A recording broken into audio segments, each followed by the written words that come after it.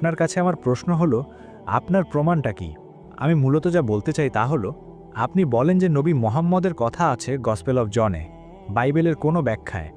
কিন্তু কোনো চার্চ ফাদাররা বলেছেন যে বাইবেলে নবী মোহাম্মদ আছেন। যেমন ধরুন, আমি কোরআনের মতে বলতে পারি না যে যিশু ঈশ্বর, কারণ কোরআন কখনো বলেনি যে যিশু ঈশ্বর। এই জন্য আমাকে কোরআন অধ্যয়ন করতে হবে, আমাকে সিরাত, তাফসির, সেই হাদিসগুলো অধ্যয়ন করতে হবে। তাই আমিও বলতে পারি না যে আমার ধর্ম নিখুঁত, কারণ কোরআন তা বলে। তো আপনার কাছে আমার চ্যালেঞ্জ হলো, বাইবেলের কোন শ্লোকে বলা হয়েছে যে মোহাম্মদ বাইবেলে আছেন, এবং সেই রেফারেন্সটা কোথায়? আমি আপনাকে এখন চ্যালেঞ্জ করছি, চার্চ ফাদারদের থেকে আধুনিক। ভাই চ্যালেঞ্জ করেছেন হ্যাঁ, যে আমি কোন বাইবেলের কথা বলছি তাকে দিতে পারি। হ্যাঁ। তারপর তিনি বললেন কোন চার্চ যেটি বলে চার্চ গুরুত্বপূর্ণ নয়, আমাদের বাইবেল অনুসরণ করতে হবে। ওকে, বাইবেল গুরুত্বপূর্ণ, গির্জা নয়। যদি গির্জা ভুল করে, আপনি বলতে পারেন না যে বাইবেল ভুল করেছে, আমি গির্জার চেয়ে ভালো জানি।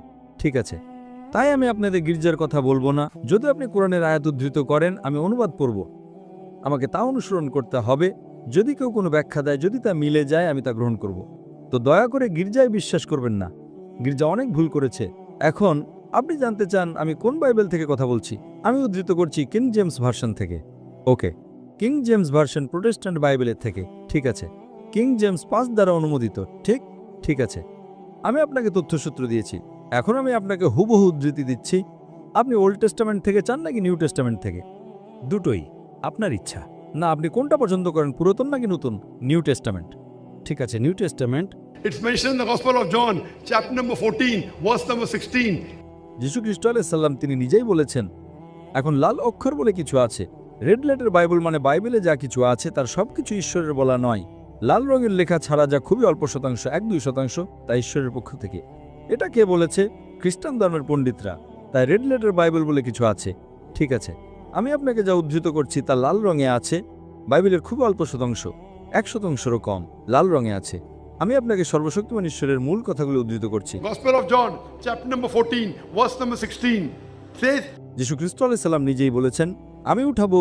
তিনি বলেছেন, আমি আমার পিতার কাছে প্রার্থনা করব, যেন তিনি তোমাদের আরেকজন শান্তিদাতা দেন, যিনি তোমাদের সাথে চিরকাল থাকবেন। এছাড়াও গসপেল অফ জন, অধ্যায় নম্বর 15, শ্লোক নম্বর 26, যখন সেই শান্তিদাতা আসবেন, যাকে আমার পিতা পাঠাবেন, তিনি আমাকে মহিমান্বিত করবেন। Gospel of John, chapter number 16, verse number 17. আমার চলে যাওয়াই তোমাদের জন্য ভালো, কারণ আমি না গেলে সেই শান্তিদাতা আসবেন না, কিন্তু আমি গেলে তাকে পাঠাবো। এখন বাইবেল ইংরেজি ভাষায় নয়।